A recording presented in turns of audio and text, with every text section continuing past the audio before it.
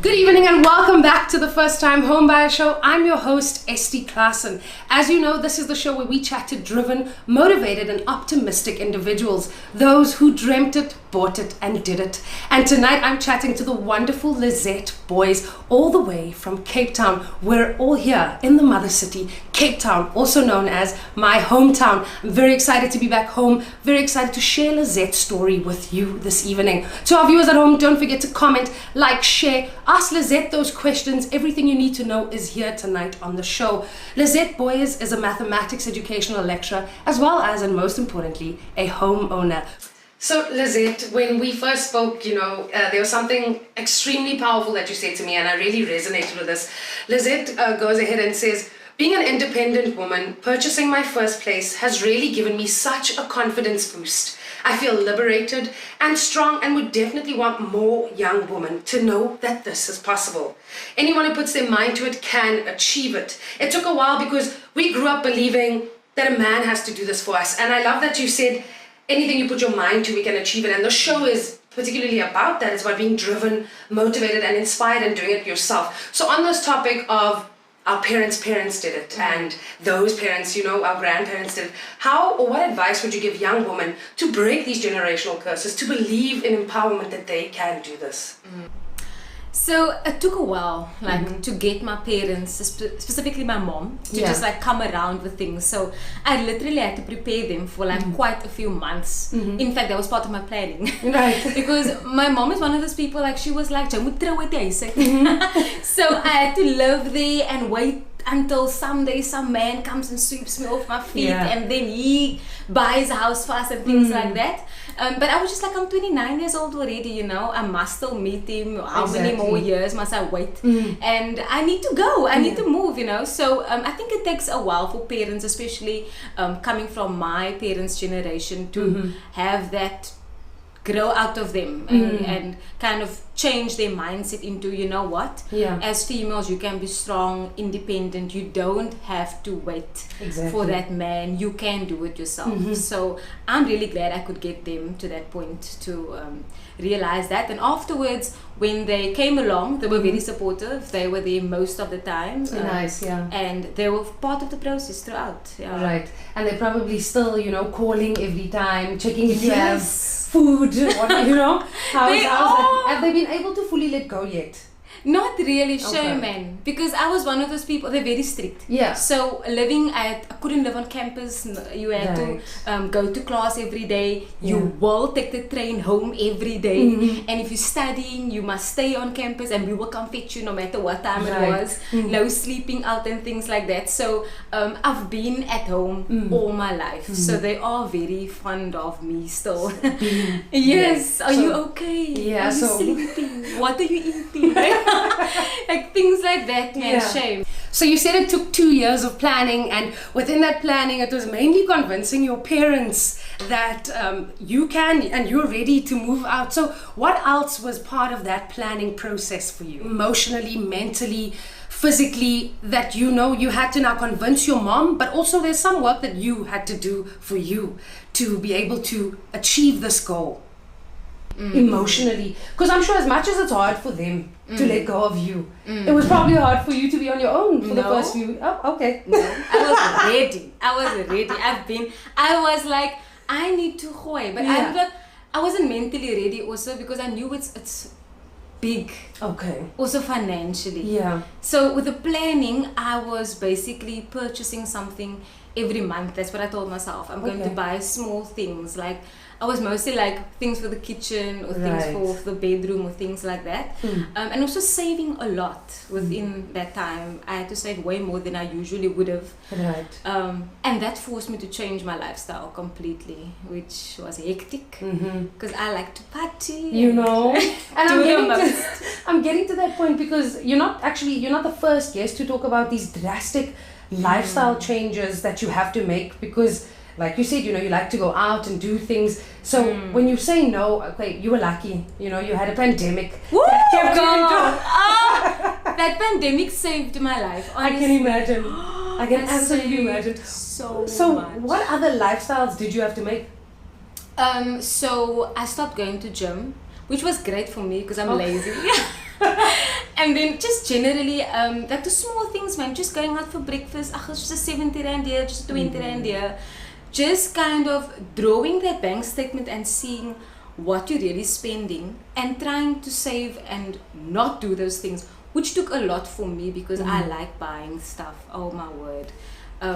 So 2018 was hectic, but 2019 was 2 years ago. Yes. 2019 was, New Year. Yeah, it was crazy. And then the pandemic came along and I had to stay at home. So it was so much easier and I realized how much I could save. Right. And it actually opened my eyes to, oh my word, you could have done this way before, you know. But I learned a lot and I'm grateful through everything. To our viewers at home, we've heard about Lizette's lifestyle changes she had to make. Let us know in the comments below, what were your lifestyle changes you had to make? Was it easy going down that road or was it difficult? Let us know in the comment section below. So besides getting out the house and, you know, being excited to leave, what else was your motivation for buying property? So during lockdown, I actually started my YouTube channel. Okay. And so I was teaching lessons online basically, and it flourished, especially now with kids learning from home and stuff. Right. So I had to shoot at awkward times because the people in the house had to accommodate me, and I mean they were really sweet. They really worked with me in terms of keeping quiet at the times when I'm shooting. But my niece was there and we can't control little babies. Right. So that made it a little bit difficult for me. I couldn't produce as much as I wanted to. So I was like, okay, cool. This is the sign. You need to go. Right. This is the time. Start searching. And I got excited actually because now I have a proper reason. Because so that was like the peak of it. That was like, mom, now for real. This makes my sense, career right? now. Yeah. So now I was like, I need my own space so that I can control my time, shoot whenever I want to, edit and do all these things and be by myself and focus. Because I can't time inspiration either. True. So when I'm inspired, creativity has no clock. Yeah. When I'm inspired, I want to do it. And I can't wait. And I also can't expect of them to always just be accommodating like that. So exactly. That definitely pushed me into doing it because I got a lot of support from people that watched the channel and that viewed the videos and they were like, I should do more. Yeah. So that boosted the whole process. I know we spoke a little bit about the planning and the process, but how did you particularly go about picking the perfect home? Was it knowing the area first? Was it looking at security, safety measures? How exactly did you go about picking your perfect home? So basically, I went on all the property websites for like the longest time. I think 2020, since like June, May-ish, I started looking, and then I just looked at properties and the prices of things. And then I was like, okay, wow, I thought I could buy a house, but wow. Yeah. The prices were just insane, right? So I had to adjust from, okay, you don't really need a big house. You don't need this whole thing. Do you need a yard? Do you want animals and things? What do you actually need it for? So I knew that I definitely needed a 2-bedroom place because I wanted one for office and shooting and one for me. And that's it. It doesn't have to be huge and fancy and things, and I need to be safe. So I moved from house to let's go for a complex apartment. And then I started looking for apartments, and I really looked all over in northern suburbs specifically because I'm from northern suburbs, so I want to be in northern suburbs. I went Kraaifontein, Kuils River, North Pine, Somerset, everywhere. Just whatever is in my price range. Yeah. So I had the price range first, and then I started looking. Without even knowing what I qualified for. I was just like, oh, for real? I should qualify for this. Like, this should work. I'm just going to go in this. Yeah. But I went very, very low. Okay. And afterwards, when I actually went for the approval and application and checked, I could afford way more than I actually bargained for. But I still decided I'm going to go for half. Or I actually went for less than half of what I could go for because I wanted to be realistic and I wanted to go for a place where I can afford the bond and I'm still able to go out a little bit shame. No shame. And I can pay, I can buy food. I don't want to be short of things. I want everything. But I want to be safe and I want to be in my own place. So all those things, taking that into consideration. And then obviously because I want to shoot, I did some research on what is the best place. So I read that a top flat is better because of the sound, and apparently like if you lower down it's noisy and there's a lot of movement. Yeah, and there's a lot of pests downstairs also. I was like, okay Dad, like I'm up there. So things like that I had to pick and choose according to what's going to work for what the reason why I'm actually buying. Exactly. And being up here, you know, because you're not doing gym anymore. It was gym coming up these stairs. Yes, lovely. I mean, worked in there. You see there, it works out. All works out in the end. You were talking about how you were looking in different areas. So I'd like to find out from you like a step by step process. Because your areas were actually very far from each other. North Pine to Somerset West. And so what actually made you settle for this one? What made you choose this area and this beautiful apartment? It ended up being the most affordable actually. Okay. Yeah, because my heart was on one place, because most of my clients lived in that area, and I was like, it's easier for them to come to me and for driving purposes and things. And then, but this ended up being the best option in terms of what I wanted for myself, and it just worked, man. It just worked. You know, I checked a lot of places, and when I stepped in here, I was like, okay, cool, this is it, I'm done. So I just knew, because I felt safe, and it was beautiful, it was in the price range, it was just what I wanted, and I was like, this is it. From all the little suburbs that I checked out, I'm taking this. So Lizette, I want to move to this thing we call home. You know, we're sitting here in your beautiful apartment. What is the definition of home for you? What does that mean for you? So for a lot of people, they always like it's a good investment, and it's a wise decision to make in terms of investing, and you should invest from as young as possible. And a lot of my friends have done this from way before me already. Okay. So, but did for you me, ever feel pressured though with that? No. Okay. Never. Because I believe we all run our own journeys. Yeah. Even with my career, I'm just like, good for you, that's lovely. I'll get there. Yeah. Okay, that's, to have a mindset like that is amazing, because with social media and everything influencing us, someone is already at the, I mean, we spoke to a guest that bought a property at the age of 22, and I was like, I feel intimidated. I'm like, I'm not even there, you know?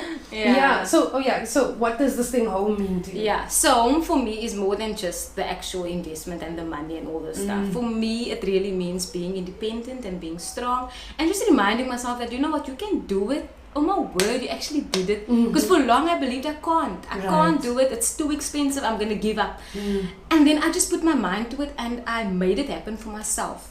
And I want to apply that to everything in my life. So for me now, stepping in here every time, I'm like, I'm like, hi, how are you? How was your day? Right. So I'm really excited when I step in here. And to me, it just reminds me again, you did it. You can do anything you put your heart to. Right. So you talk about, we spoke on the phone actually, and you said there's so many things you still want to do. We shouldn't come. You're very nervous about us coming. And there were changes you mentioned that you'd like to make. What other changes would you like to do? I know you did mention that you're a fan of flipping. You watch flipping shows. Pinterest is your dream. Pinterest is what you're on day in and day out. And I know you're a fan of DIY. So you like doing things yourself. What other changes would you like to make to your property?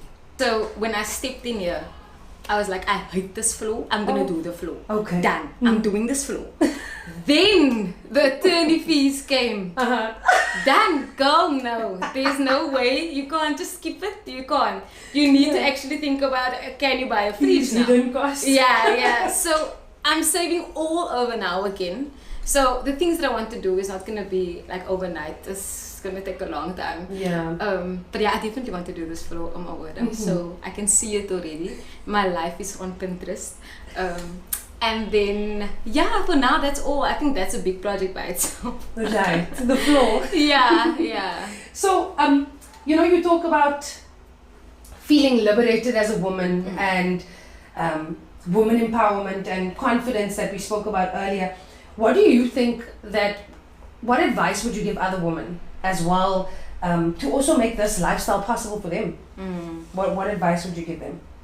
So since I purchased a lot of my friends, because I have a lot of feminists and strong female friends, have been they're so inspired and they're so happy for me and things, and I'm like, you can do this for yourself, you can do it as well. So advice for them: start planning well ahead of time. Don't think it's impossible, because if you're going to keep on thinking about, oh my word, it's so much, I can't, you will never actually get to it. So put your mind to it, save and plan well ahead of time. I think as a teacher it just helped me, because we plan naturally all the time. Our whole life is on plan. So that helps a lot. So that's definitely advice. And save money. Oh my word, you will never have enough almost. I was never ready for this attorney fees. I was negotiating myself like crazy. I was like, I'm not having it.